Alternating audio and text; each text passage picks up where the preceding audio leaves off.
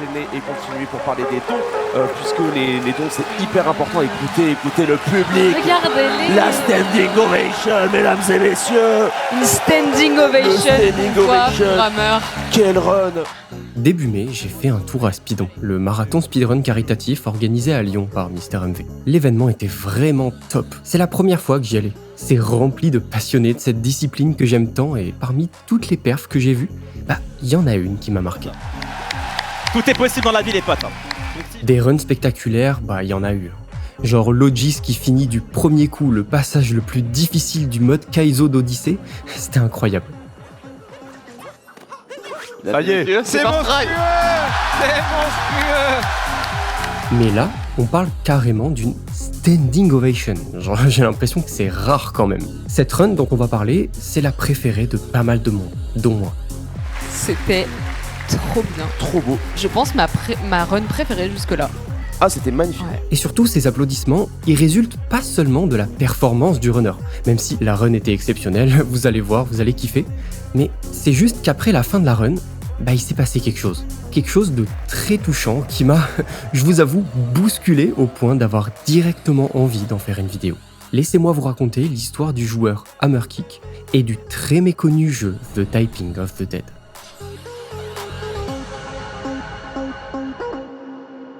Moi, je m'intéresse au speedrun depuis 10 ans en réalité en tant que joueur de jeux vidéo. Début 2024. Parmi les runs que je commente, je tombe sur un jeu qui s'appelle The Typing of the Dead, où je trouve ça rigolo. Il faut écrire des mots pour tuer des zombies. Et je me rends compte qu'en fait, c'est un jeu qui a une profondeur dans le speedrun qui est assez inattendue. Et je me suis dit, ça fait longtemps que j'ai envie de faire du speedrun. J'ai peut-être trouvé un jeu qui m'intéresse. En plus, je pourrais être fort dessus direct. Puis du coup, en mars, je commence à run. Je prends le record du monde. Donc voilà, c'est à cette vitesse-là. Ok, avant de parler plus en détail de ce jeu-là, j'aimerais relever un truc. Pourquoi Hammerkick, alors qu'il n'avait même pas encore attaqué sa carrière de speedrunner sur le jeu, était persuadé de devenir très bon. Genre, il a pris le record en quelques mois, c'est devenu un monstre. Yes! Let's go! Mais comment il pouvait être sûr, avant même de jouer, de ses perfs? Ça, j'y réponds en fin de vidéo. Et c'est pour moi le passage qui a transformé cette histoire à première vue banale en une véritable leçon de vie. Et vous allez voir, j'en fais pas des caisses. Ça m'a touché comme rarement ça me touche. Donc, The Typing of the Dead, à la base, c'est un jeu d'arcade sorti en 99. Oui, c'est un dérivé de The House of the Dead, où tu défonces des zombies avec un gun branché à la borne. Sauf que là, on a troqué le gun pour un clavier. Du coup, le principe du jeu est plutôt simple. Notre perso se déplace tout seul et on croise régulièrement des groupes de zombies qu'on doit éliminer en tapant les mots ou phrases correspondants. Donc, ça veut dire que fin 90, début 2000, il y avait dans les salles d'arcade des bornes avec 2 claviers où tu pouvais affronter ton pote en dactylographie. Je trouve ça exceptionnel. En 2000, une version Dreamcast, puis PC sort, et ça fonctionne plutôt bien. Genre en 3 ans, il y a 120 000 copies qui sont vendues. Pour un concept si stupide et niche, c'est fort. Mais je pense qu'au-delà de l'originalité du gameplay, de l'humour et de la musique, rien n'aura plus convaincu le public que ce doublage d'exception. Thank you. I'll open the water gate for you. Ce jeu à la base, c'est ce qu'on appelle un edutainment, donc en gros un jeu éducatif. Juste là, il est skinné en jeu d'action gore. On dirait peut-être pas comme ça, mais Typing est déjà très exigeant en casu. On n'a pas beaucoup de temps pour écrire, pas beaucoup de points de vie, alors quand on y ajoute le fait d'aller vite, ça devient un véritable casse-tête mécanique.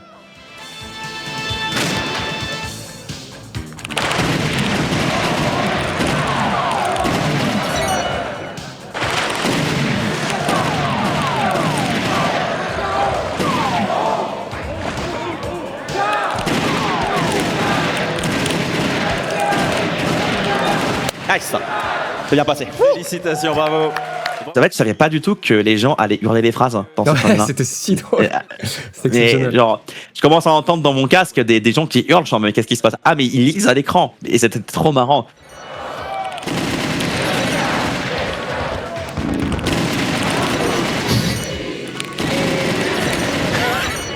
La difficulté principale avec un jeu de ce genre, c'est que chaque run est unique. À chaque partie, les mots et phrases sont choisis aléatoirement par le jeu. Du coup, en marathon, tu sais pas sur quoi tu vas tomber. Et ça crée quelques moments marrants et parfois discutables. Shown the score against the opposing team by getting the ball to the net.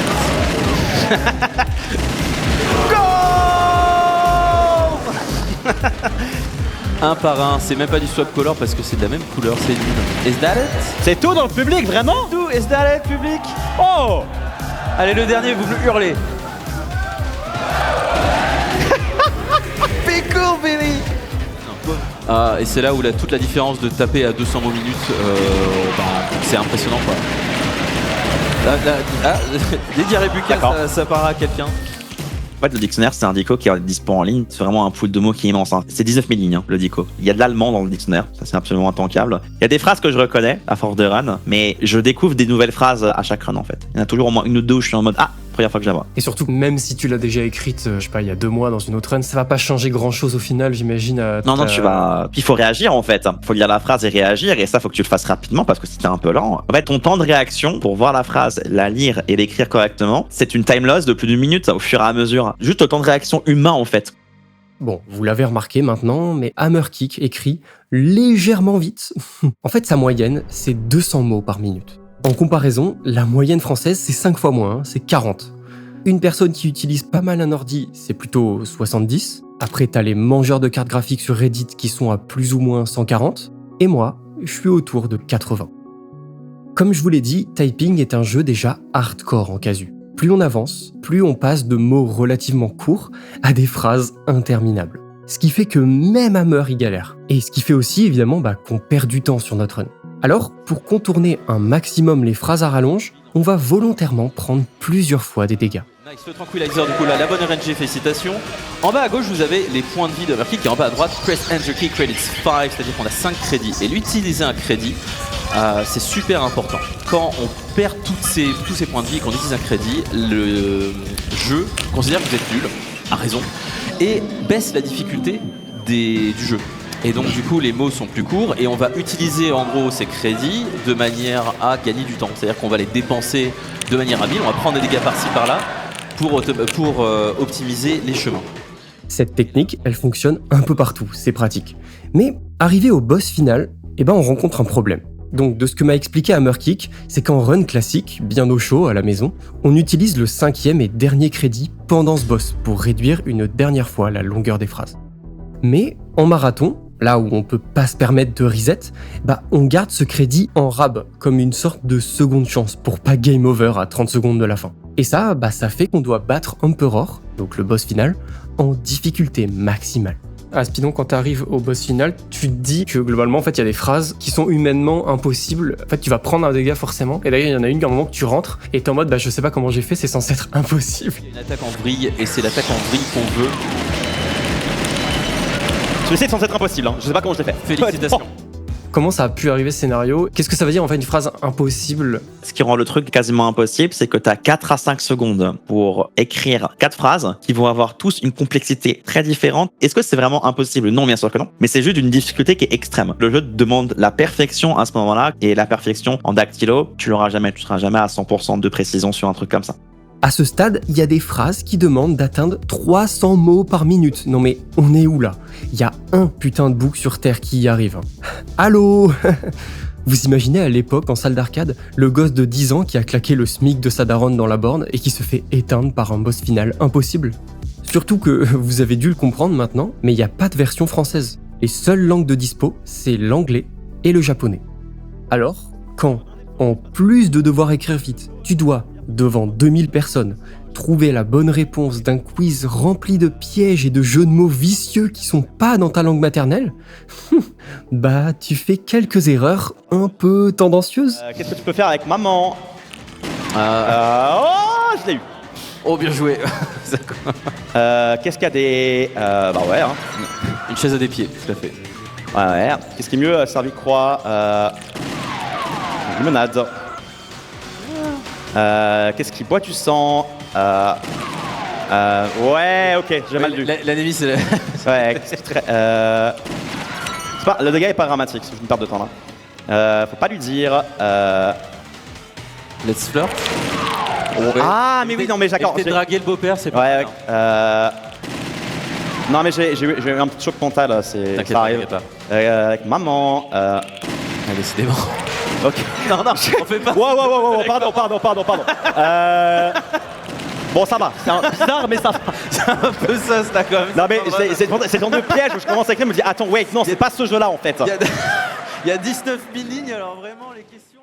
J'écris en AZERTY, moi, parce que c'est ma zone de confort. Écrire de l'anglais rapidement en AZERTY, c'est pas fait pour. Le W, il est en bas à gauche. Il est un peu difficile à atteindre. Moi, je tape avec 8 doigts sur 10, c'est juste des pouces qui servent pas. Mon cauchemar, c'est awkward. A, W, K, W. Il y a 2 W. Il est compliqué à choper rapidement, celui-ci. Il y a d'autres layouts de clavier qui sont vraiment très spécifiques. Le Dvorak, notamment, c'est un layout qui est fait vraiment pour optimiser à fond ta vitesse. Si un doigt sert pour des lettres de suite, c'est un peu plus lent forcément. Avec le Dvorak, ce scénario n'existe quasiment pas en fait. Alors oui, la vitesse de frappe est primordiale, mais Dvorak ou pas, la précision l'est encore plus. Pendant la run, les typos, donc les fautes de frappe quoi, sont pas spécialement punis en fait. Le seul truc que ça engendre, c'est une perte de temps et un zombie qui a le temps de se rapprocher un peu plus. Mais, évidemment, il y a un passage de la run où cette règle change. Ouais, je vais me concentrer surtout. On va se concentrer. Magician qui arrive, un boss très difficile qui nous demande en fait d'être précis. Si on fait une typo, on prend un dégât. C'est aussi simple que ça. Ouais, et je dois compter jusqu'à 11 pour un setup en gros, mais si je prends un continu, faudra arrêter de compter. Mais je vais me concentrer parce que c'est vraiment une partie de la run difficile. Allez, ok. Courage. Et on va juste compter avec 1, 2, 3, 4, 5, 6, 7, 8, 9. Ok, c'est pas grave. Is ok, tout est en contrôle. 10. Ok, et là je prends un dégât volontaire et utiliser continu pour faire un dégât et on passe en P2 sur ça, c'est réussi. Nice. Félicitations. Une run de Typing of the Dead, c'est ce niveau de stress, en quasi continu, pendant 28 minutes. Et time. Oh là là. 28 minutes 23 en l'occurrence. C'est le temps final de la run d'Hammerkick après Retime. Et c'est vraiment une excellente perf pour une run en marathon. En comparaison, son record, et accessoirement le record du monde, c'est 27 minutes 38. Yes! Let's go! Dans la description, j'étais en mode prochain objectif sub 27-30 quoi en gros. Est-ce que t'as refait des tries? Est-ce que t'as un peu mis le jeu de côté? Quand j'ai practice sur place à Speedon, j'ai fait un 27-41, donc à 3 secondes du record du monde. La run était absolument exceptionnelle. J'ai installé OBS sur le PC après, dans le doute. Le truc, c'est que c'est un jeu Typing of the Dead où à la fois il y a le temps de réaction quand tu vois les phrases, à la fois il y a la RNG à prendre en compte, à la fois faut faire le moins de typo possible, à la fois faut réussir à faire tous les boss parfaitement. Mais avec tout ça, ça peut te faire perdre du temps rapidement. Et en réalité, le jeu, on a tout découvert en fait dessus. 27-30, ce serait l'objectif ultime. Si un jour j'arrive à faire 27-30 ou aux alentours, je serais d'avis qu'il est humainement impossible de faire mieux. Donc à ce moment-là, si une run comme ça existe, elle existera un jour je pense, mais pour réussir à la faire, ça arrivera qu'une fois en fait. Ouais, alors en entendant ça, je vous avoue, la presque année d'inactivité de la commu m'a paru tout de suite plus logique. En fait, ce 27-30, c'est l'objectif ultime. Et je suis sûr qu'Hammerkick pourra l'atteindre un jour. D'autant plus s'il décide de switcher sur un clavier QWERTY ou Dvorak. Puisque les dons, c'est hyper important. Écoutez le public. Regardez-les. La standing ovation, mesdames et messieurs. Une standing ovation. Le standing pour quoi, ovation. pour Hammer. Bon. Et cette standing ovation dans tout ça. Avec tout ce dont on a parlé, j'imagine que vous comprenez en partie l'engouement et la réaction du public. Mais en fait, pas tout à fait. Il vous manque un élément. Un petit discours qu'a fait Hammerkick juste après la fin de sa run. Écoute, félicitations à Hammerkick. Je sais pas si t'as quelque chose à dire public. Oh, j'ai pas d'autre chose à dire, c'est quand même incroyable qu'on soit autant de monde pour quand même un jeu d'arcade de 99 un peu obscur entre guillemets. Donc merci beaucoup pour toute l'énergie et pour tout le soutien. Merci à Grinck pour cet excellent commentaire que j'applaudis moi-même avec les deux mains qui ont bien servi évidemment. Merci beaucoup à absolument toutes les personnes derrière l'événement évidemment. Merci à toutes les personnes qui me soutiennent dans tout ce que je fais parce qu'en vrai de vrai, vous vous rendez compte que je me retrouve devant je ne sais combien de personnes sur Twitch, 2000 personnes dans l'amphithéâtre, un autiste qui au départ ne pouvait pas écrire à la main, On lui a mis un PC entre les mains. Ça a été super dur parce que la société aujourd'hui, les autistes, faut se battre pour aller à l'école comme des gens normaux. Et au final, on m'a mis le PC entre les mains, j'ai appris à écrire au clavier, je ne fais que d'arrêter normal, mon bac, et aujourd'hui, je suis dans un amphithéâtre pour juste taper des mots pour la bonne cause. Tout est possible dans la vie, les potes. Donc si ce genre de performance peut vous permettre de faire passer des obstacles de ce genre, alors je suis heureux d'avoir pu faire ça. Merci beaucoup. Bourrez les dons. Salut.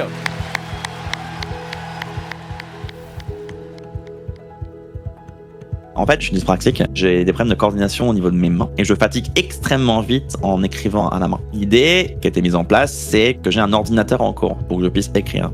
J'ai été voir un ergothérapeute qui m'a appris à écrire au clavier très rapidement et m'a donné les conseils. L'effet papillon de ça, c'est que j'ai amélioré ma vitesse de tape très rapidement. Et en fait, j'arrive au collège, je suis déjà à 130 mots par minute. J'avais fait les tests à l'époque. J'ai de l'avance par rapport à tout le monde, du coup, dans les cours de techno typiquement. Là, aujourd'hui, j'arrive à faire du 200 mots minute, ce qui est dans le top France. Et du coup, ça m'a donné l'occasion de faire du speedrun dans des jeux spécifiquement faits pour ça. C'est en fait le fait d'avoir cet aménagement à l'école qui a snowball sur plein de trucs absolument inattendus et c'est quand même très drôle quoi. Parce que je suis né autiste avec une dyspraxie, je me suis retrouvé à run Typing of Dead à Speedon en fait. D'après je la recontacte mon ergothérapeute parce que c'est un peu grâce à elle que je suis à Speedon au final. Il pense Ça aurait été maintenant. incroyable. Et alors, été dans la salle là.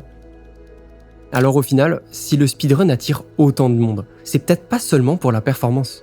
C'est peut-être parce que c'est l'un des rares endroits où ta différence peut devenir ton plus grand atout. Hammerkick a fait de ses difficultés une force, et de ses performances au clavier un message. Le speedrun, c'est ça en fait. Un terrain de jeu où peu importe qui tu es et d'où tu viens, t'as ta place. C'était l'histoire d'Hammerkick, j'espère qu'elle vous a plu. En tout cas moi, je crois que je suis pas prêt de l'oublier.